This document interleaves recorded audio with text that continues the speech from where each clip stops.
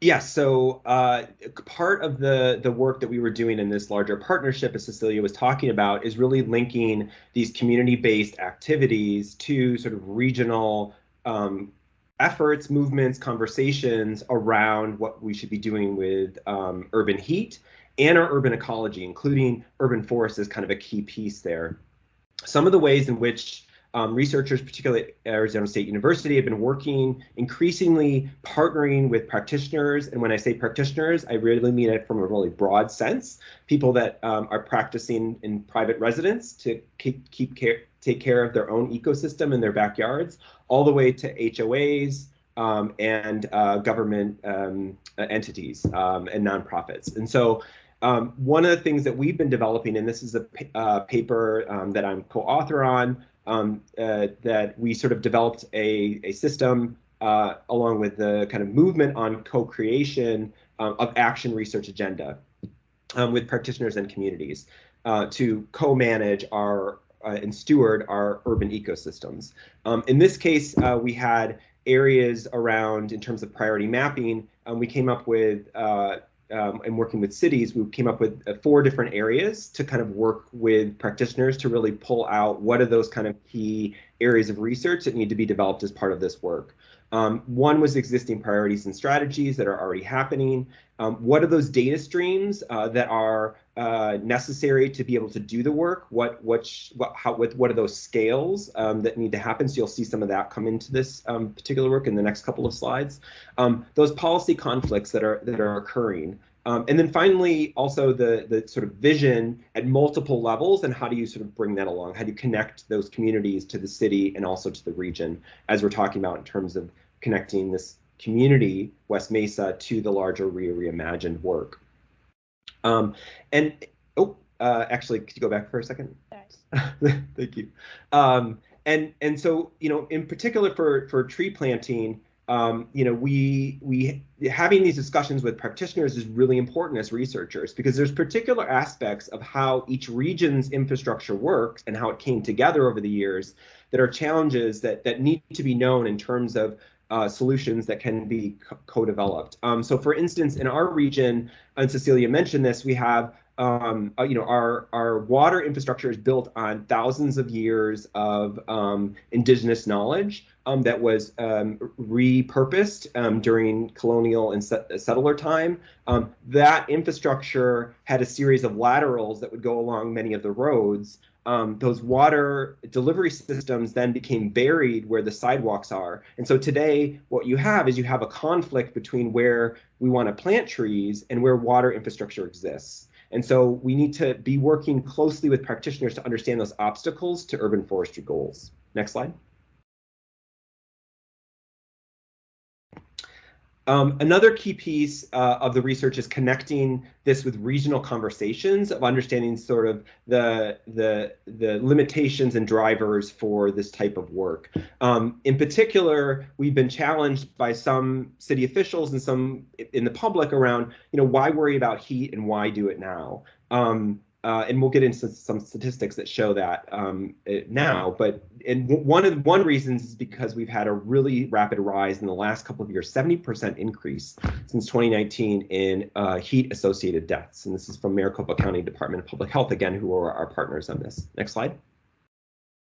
The other piece of this is that we experienced as a region a really catastrophic intersection of events. Certainly, we had COVID-19 in 2020. We also had our hottest summer on record. So we had 53 days over 110. Again, Cecilia mentioned this might be our first today of probably a 5-day streak that we're going to have this year. But what you see in the terms of those red dots there are the increases in number of 110-degree days. And then also on the right, you see the projections for the future.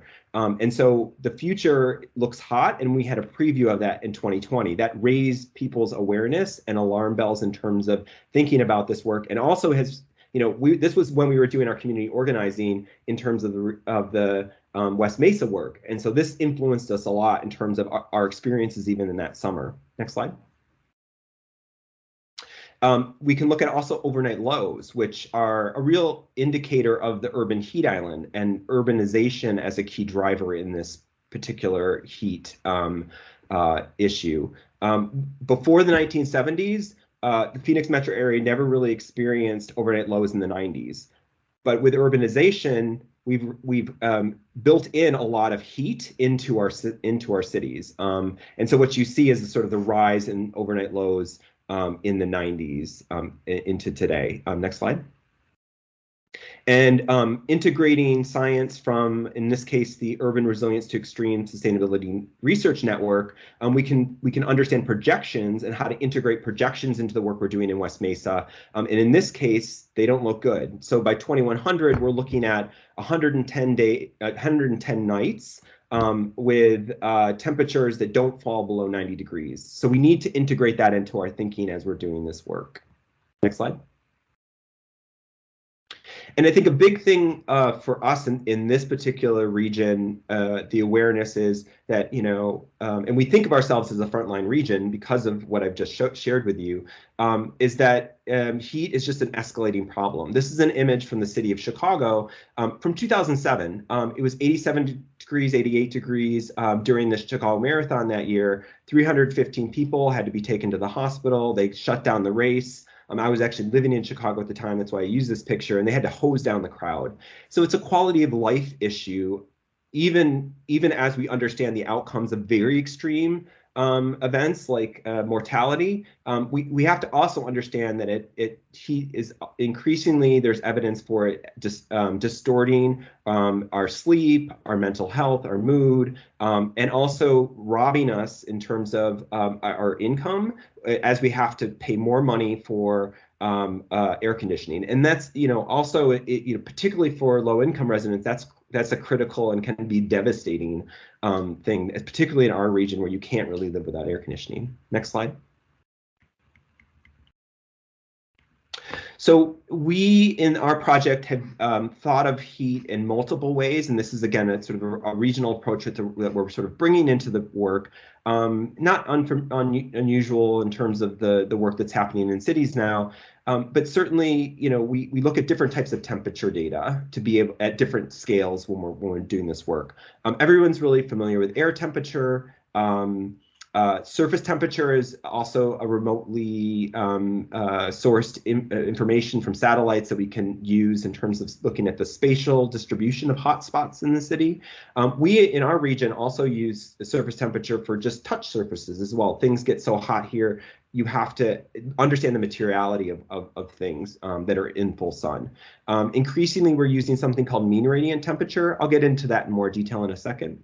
And then thermal sensation and experience, which is more of a qualitative measure, which is just asking people as they walk through a landscape or a streetscape, how hot are you? Where are you cooler? Where are you hotter? Taking that kind of information in and combining these things in more sophisticated ways is what we're trying to do. Here we have some really fairly inexpensive Kestrel 5400s heat stress trackers that we put in the sun and the shade to understand the benefit of shade. And I'll unpack that in the next couple of slides. Next slide. So a key people-centered approach we keep center of mind during doing this work is that we have both objective measures, as I talked about, and subjective measures. Thermal comfort is something that, it's sort of a harder thing to get to, but it's actually more meaningful. And so part of the work when we were talking about doing community engagement, community organizing, was to understand people's heat experience as much as we could. Thermal comfort is a combination of physiology, psychology, climate and weather, and design of a space. But one thing you see in this diagram here is that radiation actually plays a key role. When I say radiation, our environment is full of sunlight, which is the shortwave radiation, and longwave radiation, which is the radiation that after it's been processed through materials that comes out. And so we want to be able to understand the radiational environment as well, and there's a great measure that we can use for that. Next slide. It's something called mean radiant temperature. And so you see here an instrument in which we can measure. This is actually a really wonderful but expensive piece of sensor that can do this work. It's called MARTI, again, mean radiant temperature chart. And you see some variables there that go into it. So we have air temperature, we have humidity, we have wind speed. We also have radiational information that comes into this from multiple directions. So we have shortwave radiation and longwave radiation. All of those get added together to give you a better sense, a better proxy of thermal comfort. Again, what it feels like with that radiational load on you. Next slide.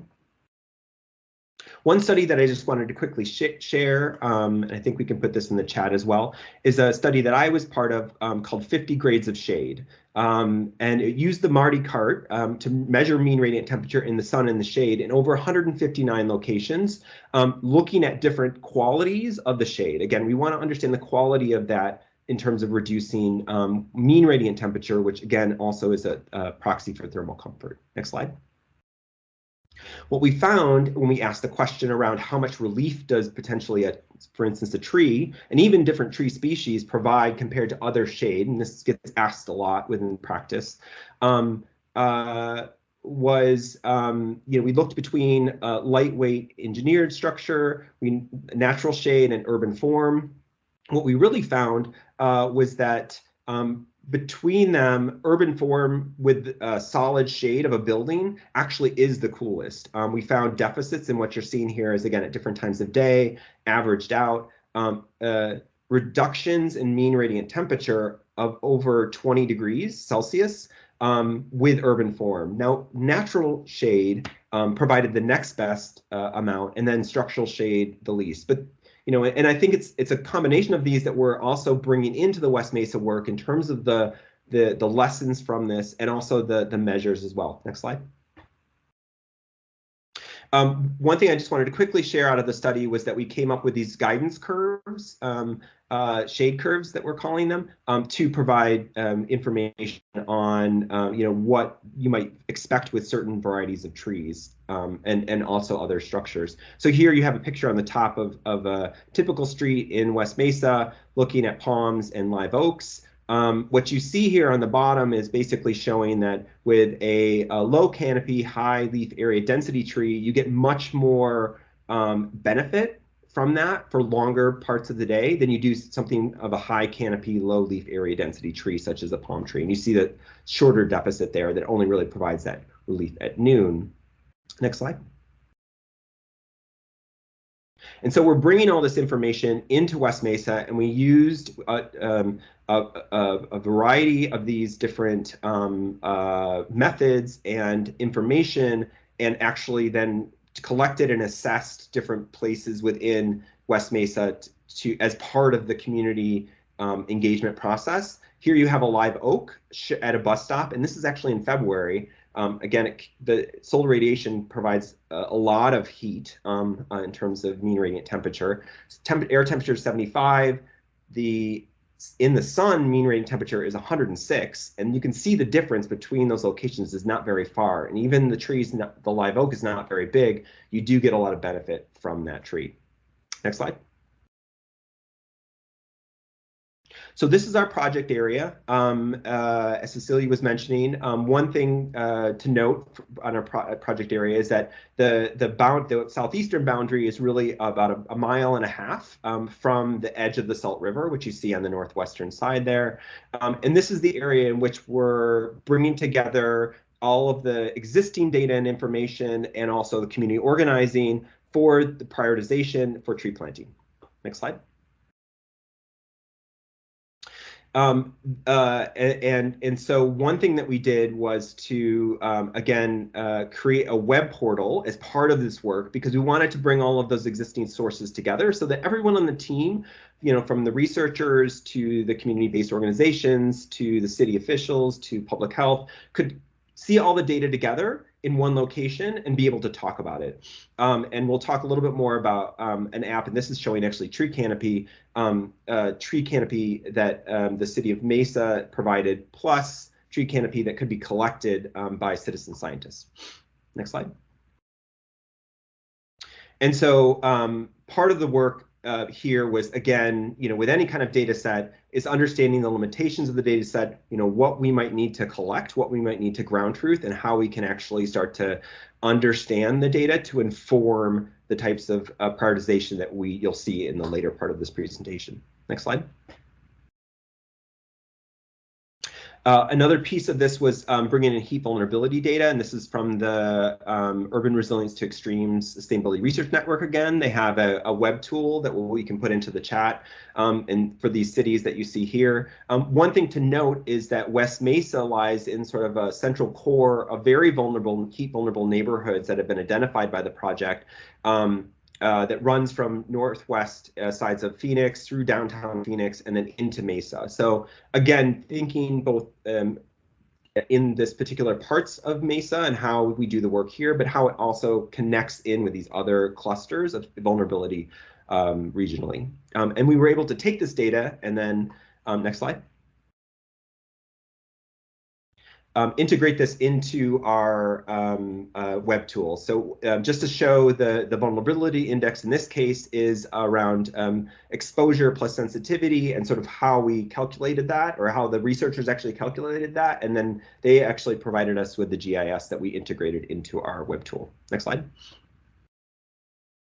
And so here's the web tool. And so we started to bring this information together again so that we could, as part of our bi-weekly meetings, we could actually have conversations. And we had very large Zoom bi-weekly meetings with a variety of our partners to get a diversity of conversation going around how should we prioritize not only community organizing and engagement, and eventually tree planting.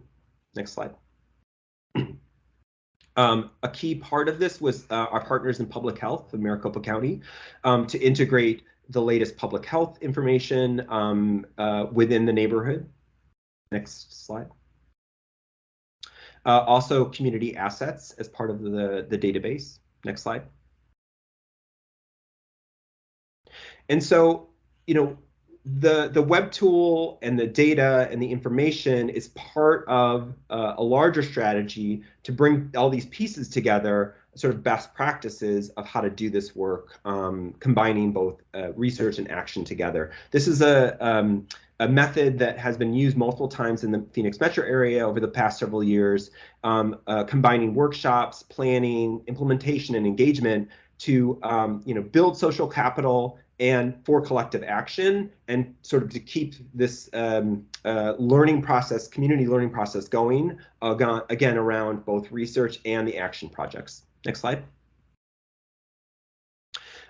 We also, this is also from previous work, we are, again, kind of building on existing criteria that were identified for previous projects within the Phoenix metropolitan area, learning from that, and not only using it for the neighborhood identification, but also within the neighborhood to kind of in sub areas to kind of really think about where we're prioritizing the tree planting.